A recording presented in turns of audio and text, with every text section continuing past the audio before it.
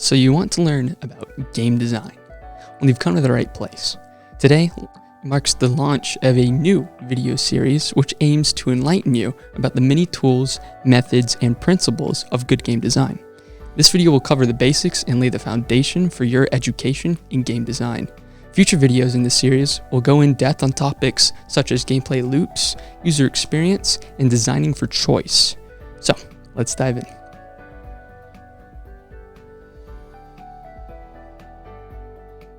Before we take a peek at good game design, we must first identify and define what a video game is. So, what is a video game? Well, there are two parts, video and game. Let's isolate that first variable, video. Well, this is clearly an adjective describing the medium of which the game is being played. In this case, digitally. Now, this points to evidence that this is a computer simulated game, otherwise known as a computer game, as opposed to a sport. Well, that was easy enough. What about the second part, game? Well, this is a bit more complicated and subject to a lot of opinion. So, what is a game? This is a topic that has, surprisingly, been heavily debated for several years. Recently, a video game designer by the name of Chris Crawford offered his take, which has been warmly welcomed by the gaming community.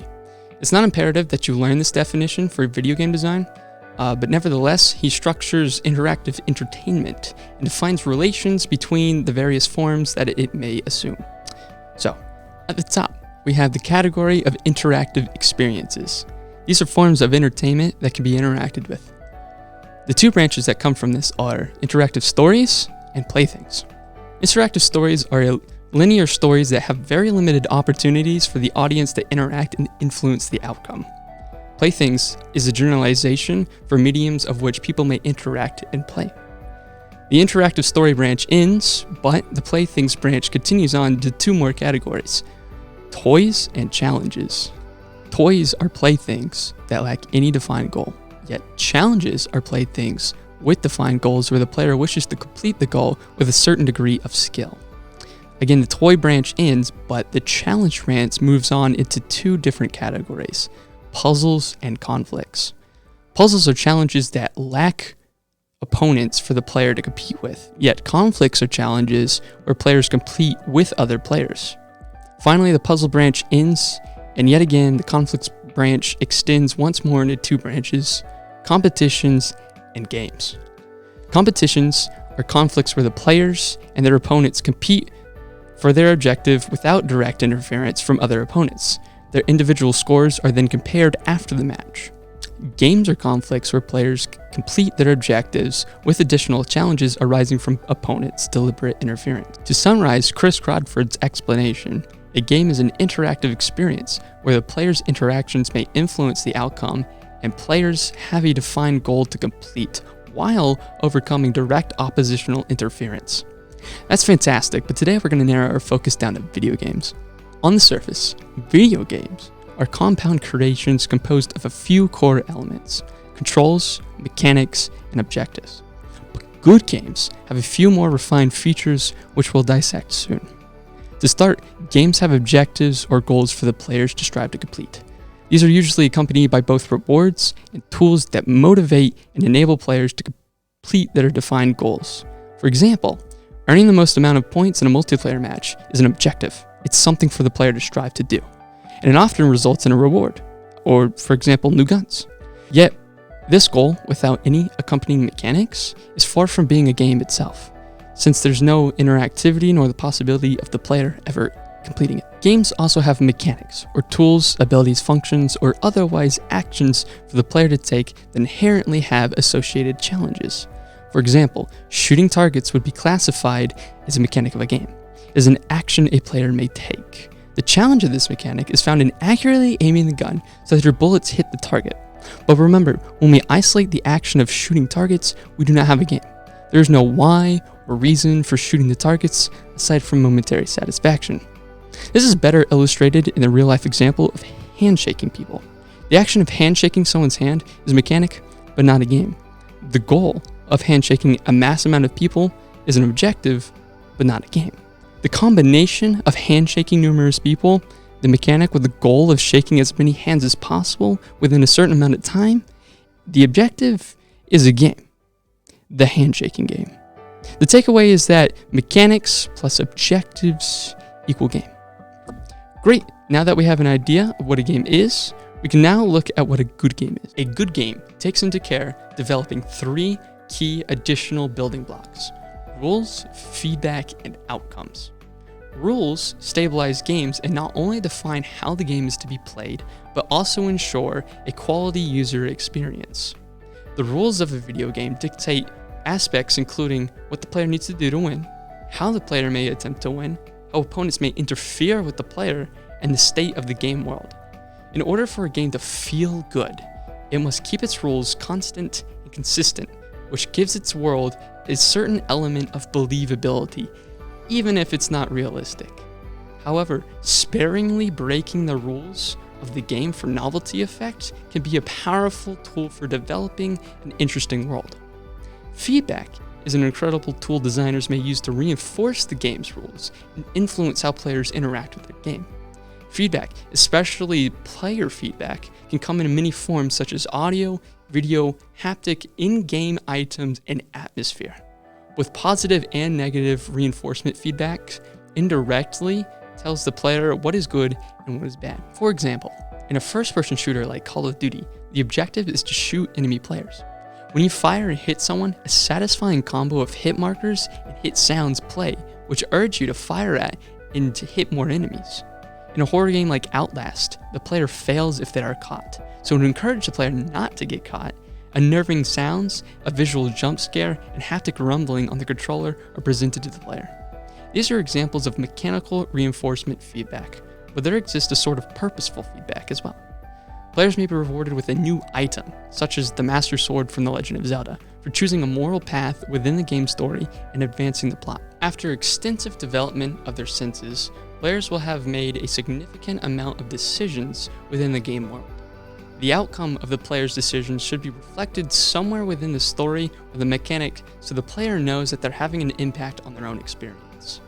An easy way to illustrate this story-based outcome is Telltale Games' The Walking Dead series, where every major decision dramatically altered the moment-to-moment activities and the overall narrative. But for storyless multiplayer games like Rocket League, it's not as easy. As players either perform well or poorly, they have an impact on the outcome of the match. And to reinforce this, the winners are given a moment after the match to move around in victory on display for the losing team. All in all, video games have interactable mechanics to complete goals with feedback-supported rules and an outcome the player may influence. Now that we know the structure of a good game, how is a game a game? Let me ask you this. What will players spend 98% of their time doing? I'll give you a hint. They do this in combat, out of combat, from the very beginning of the game right up until the very end, even during boss battles and transitional sequences. Well, your answer might be thinking, and you wouldn't be entirely wrong. That is a good answer, except for 2 things. Number 1, the player uses their brain to think outside the confines of the game, meaning you as a developer cannot directly alter it. You can, however, influence and direct the player's thoughts using game design, but that's a lesson for another day. Number 2, players simply don't think for their entire playthrough, or even close. Often as players develop their abilities, getting more and more experience, becoming more and more comfortable with the game mechanics, they think less and less, and playing becomes more and more instinctive and natural until a new mechanic or challenge is presented. What I would like for you to focus on instead is movement. Think about it. From the moment the game begins to the end of the final boss battle, players are constantly moving. The first controls games teach you are the movement inputs. Just take a look at these games: Stardew Valley, Call of Duty, Trials Fusion, and Wizard 101, all from unique genres. At this point, movement is to be considered a fundamental core element of almost every game. Almost. Yet far too often, this foundational game mechanic is overlooked and not expanded upon. For any type of game, movement should be engaging and challenging, also known as fun. This is one of the deadliest diseases open world games like Skyrim have. They simplify movement down to one button. Other games such as Titanfall have more advanced movement mechanics that take full advantage of the player's controls. But Christian, I hear you cry. both games have multi-directional movement, jumping, and crouching. Okay, sure. Both games allow you to move in 4 directions, jump, and crouch with the WASD, spacebar, and control keys respectively. But there's only one problem. Gamers are optimizing machines. Chloe Prince from the Gamer magazine outlet published an article on the topic of this behavior, how it negatively impacts their own experience, and how designers may protect gamers from this. The link will be in the description, so go give it a read after this video. So it's natural for gamers to constantly seek improvement of their skills, and part of this is becoming more efficient. Often, when traveling from one place to another, players take the most direct route, which takes the least amount of time, in this case, a straight line. In open world RPGs such as Skyrim, this means a straight and flat line is the quickest route between 2 places. This is enforced by the apparent lack of vertical challenges and alternate forms of transportation available to the players. Okay, forget about fast travel. To contrast, in a particularly parkour game such as Titanfall, the quickest route is actually not a straight and flat line. You see, Titanfall limits the player's sprint speed to a moderate amount. Like in RPG games, players can only sprint on the ground at a reasonable speed. However, Titanfall gives the players a parkour-related ability called wall running, where they also may leap to greater heights. The main function of wall running is to enable the players to navigate vertical environments and change their altitude without needing basic flat surfaces. But Christian, You say yet again. if what you say about optimizing is true, that additional mechanic won't change players' behavior. They'll still run in a straight line. That's where you're wrong, kiddo. In addition to this, the player's sprint speed while wall running is dramatically increased compared to the sprint speed while running on the ground. This clever trick destroys conventional movement patterns, as a straight flat line is no longer the fastest route. Instead, jumping from the side of a building to the side of a billboard to over a fence now becomes the most efficient route. And efficiency-addicted players will now choose this much more engaging and challenging route instead of the straight flat line. Just look at how fun this new route is compared to that line. But Christian, I hear you say again. running along the wall is faster, but you're still just pressing forward. It's still boring. Whoa. I got you again. The brilliant designers at Respawn put a time limit on each individual instance of a wall run so that players can only wall run for a measly couple of seconds. This means that if players want to keep their speedy wall running momentum, they have to frequently find another suitable surface to leap to before falling to the ground. This ties into another element of game design called game loops, or gameplay loops. A game loop is the repeating cycle of actions players take throughout the game. Designers break down the moment-to-moment gameplay and section it off into quantifiable loops so they may analyze how fun their game is. Here's an example of a game loop. During the game, the player will explore the world until they come across some enemies. Then they will engage those enemies in combat. Once they've defeated the enemies in combat, they will begin to loot the supplies, upgrade their gear, and repeat the process. Each of these steps may have their own gameplay loops associated with their actions. The 3 design choices in Titanfall, moderate ground sprinting speed, faster wall running speed, and a limited wall running time, means that together they have created a game loop for movement alone. The player goes from analyzing their environment and selecting a wall, to maneuvering to the wall, to wall running on the wall, and then back to selecting another wall, all before they hit the ground. This simple game loop of quick decisions keeps the player engaged all the way up until they've reached their destination. What makes this game loop so interesting is the risk of failing. If the player fails, they not only risk losing time, but they also risk attack because they're no, but also risk being attacked now that they are a slower, more vulnerable target. Not only were the players given more movement mechanics to use, but they were given superior mechanics to use. Superior mechanics that were astronomically more fun to play than the other mechanics, which in turn made the game significantly more fun to play. All this was made possible by the same joystick and A button that RPG game had. When you begin to generate ideas for a game, consider the gameplay loop. What will your players be doing moment to moment that makes your game so much fun? The takeaway here is that fundamentally, games have gameplay loops that define what and how players will play. Identifying the various gameplay loops in your game or your game design will allow you to separate the fun loops from the not so fun loops and improve the overall gameplay. So, We've answered what is a game, and we've analyzed how is a game, but there's something else that is commonly forgotten. Before we wrap things up, I'm going to ask, why is a game? When gamers play a video game for the first time, they're amazed and bewildered at the creativity and interactivity of this new thing that they're controlling. It's a sudden wave of entertainment slamming into their feeble minds that creates lifelong gamers out of ordinary people. There's a very unfortunate issue that me and my gaming buddies have had, and that's having fun, or the lack thereof. We focus too much on our performance and optimizing our actions that we forget the base reason why we're there playing the game. Similarly, some game designers focus too much on having a deep story or realism that they forget that their game is supposed to be fun to play. Don't get me wrong, a deep story and realistic mechanics can be quite entertaining, but they're just icing on the cake that is gameplay. Recall Chris Crawford's definition. You don't want an interactive story with minimal input, you want a game where the player is free to make a meaningful impact. Looting items in some games is a necessary action that players have to take in order to progress past future challenges.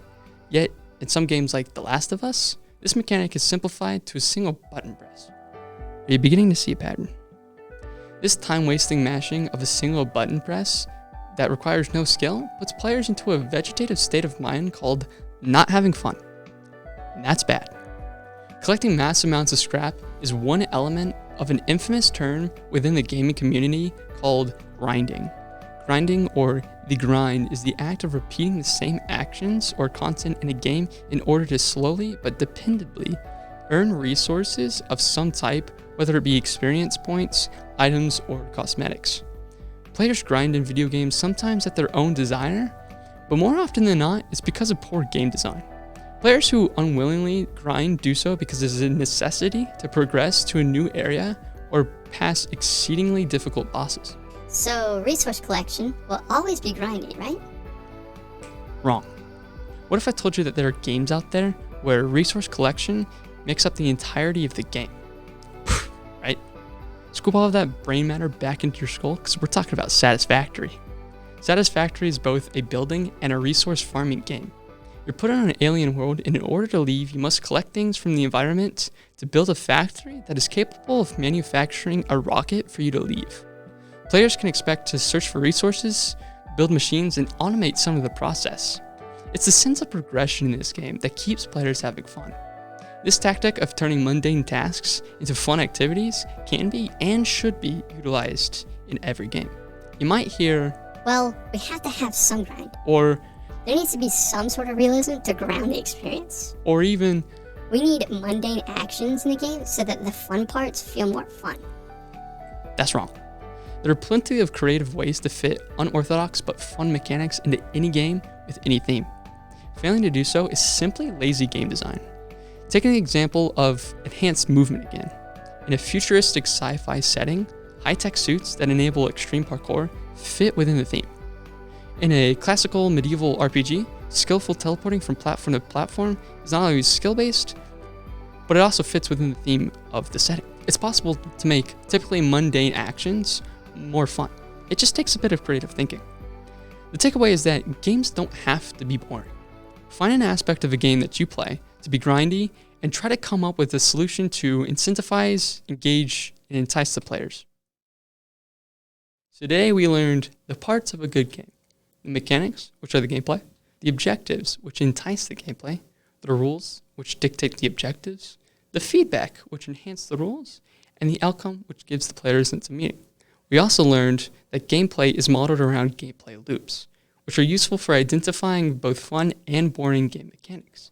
And finally, we learned why we design and play video games, which is for fun.